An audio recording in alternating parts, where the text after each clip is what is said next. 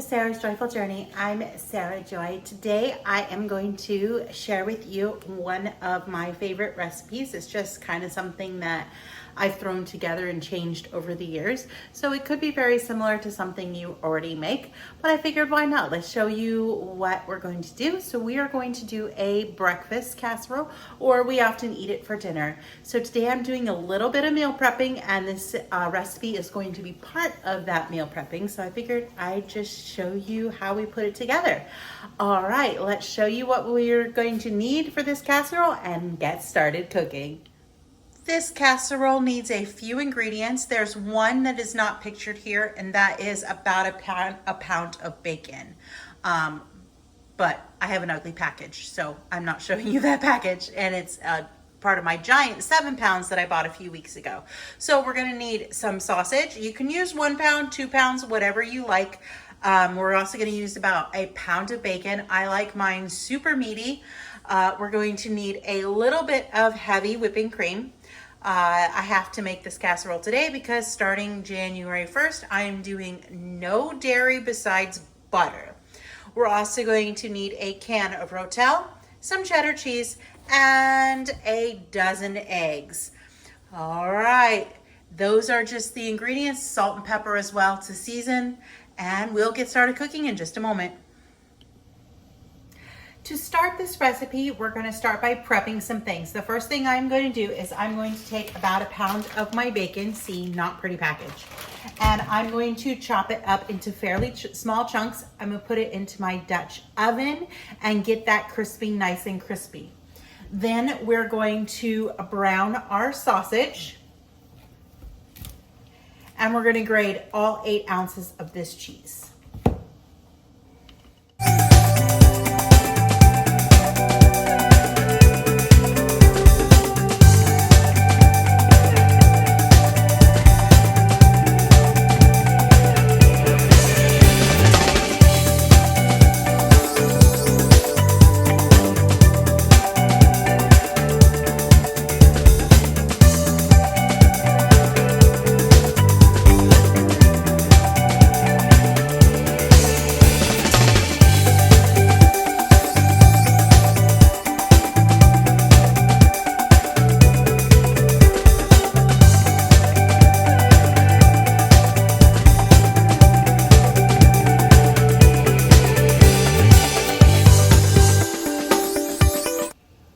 Okay, the sausage is done browning, so I'm just gonna leave it in the skillet till I'm ready to use it.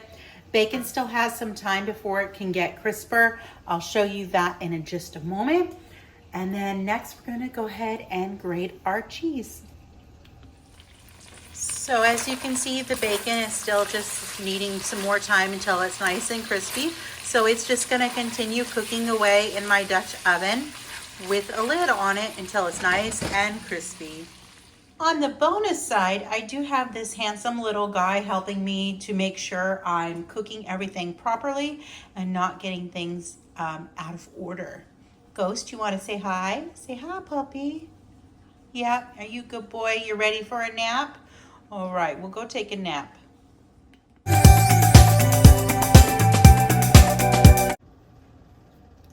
While I'm waiting for the bacon to finish cooking, I'm going to go ahead and I'm going to preheat the oven to 350, which I've already started. And I'm going to take a casserole or a 13 by 9 inch dish, and I'm going to go ahead and I'm going to layer the sausage on the bottom.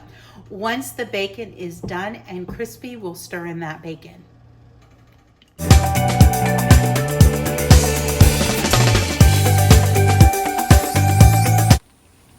Well, as you can see, the bacon is getting closer to being done. It's getting nice and crispy. It should take just a few more minutes and then it will be ready to go. All right, the bacon is finally done. And over here I have a plate. I'm gonna go ahead and get the bacon on the plate with a paper towel and let it drain for a few moments, and then we'll start putting this casserole together. Okay, bacon's done. And I'm getting ready to add it to our sausage mixture right over there. Both puppies are now out, so you may hear them bark, and I may have to stop this. But we're gonna go ahead and we're just gonna dump our bacon in here.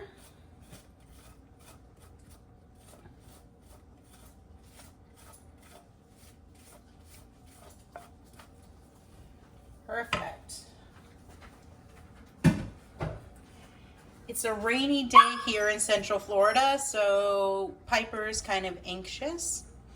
So if you see her over there, she's panting a lot because she definitely does not do well with rain. All right, we're gonna mix these two together, get them fairly well combined. And that's wonderful. The next, we're gonna put our egg mixture together, and we'll get started on that momentarily. Okay, it's been a couple of minutes. I've got Ghost settled in his pen, and I've taken Piper out to go potty. So as you can see, this is a great recipe for if you get stopped along the way for a lot of things. So next we're gonna go ahead and we're gonna add our dozen eggs into this bowl. I'm gonna have to grab some pepper in a moment too because I forgot to grab it.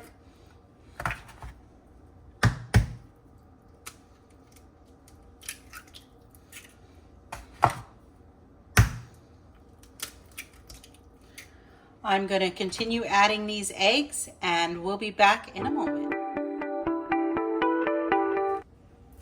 It's time to season our eggs. I'm going to go ahead and I'm going to use some of this Redmond's organic seasoned salt just because it sounds interesting and good. So we're going to add some of that in there with our eggs. We're going to add in a little bit of black pepper.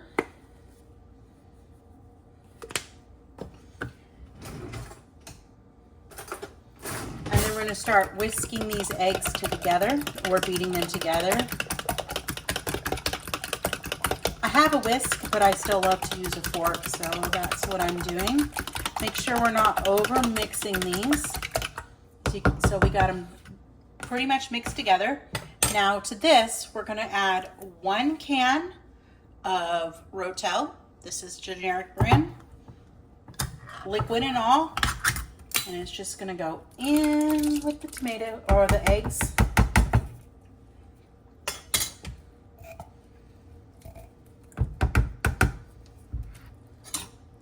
I think this adds some lovely flavor. Of course, if you want to do a carnivore version, you don't need to use the eggs.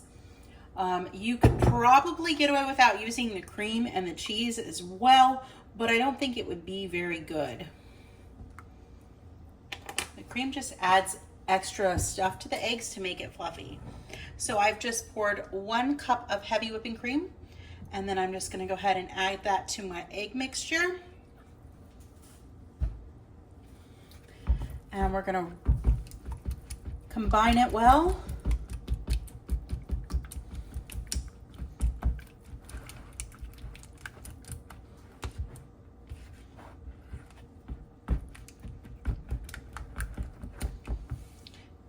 Right, so our egg mixture is done. I'm gonna go ahead and I'm gonna pull over our sausage and bacon. There's that a little bit better view for you. And we're gonna go ahead and we're gonna dump the egg mixture on top of the sausage and bacon. And then I just kind of like to spread it around to make sure it gets in all those nooks and crannies. You can do this with any type of meat. If you wanted to do hamburger, you could, pork belly, whatever. It's very, very versatile. Hopefully I added enough eggs because I used a lot of extra meat that I don't normally use. You could also increase the eggs if you wanted to be a little bit more. You should also spray your pan, which I did forget to do, but it is what it is. So we're just gonna roll with it. It's that kind of day. All right, that's all together. And now we're gonna take our 8 ounces of cheese. Now we're just gonna sprinkle it on the top.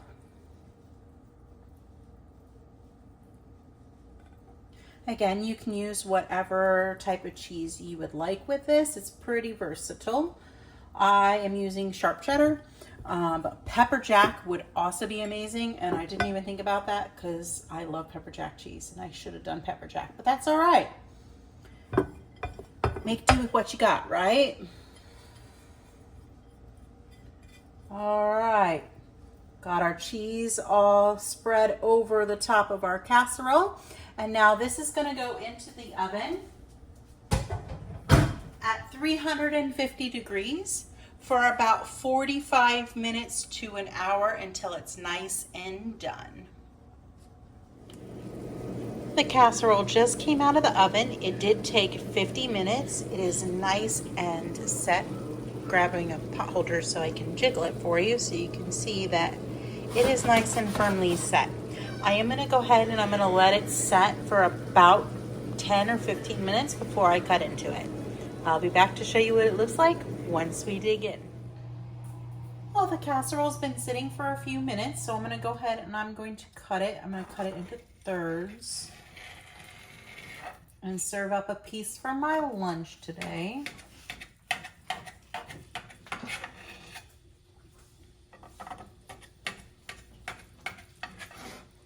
Looks and smells delicious.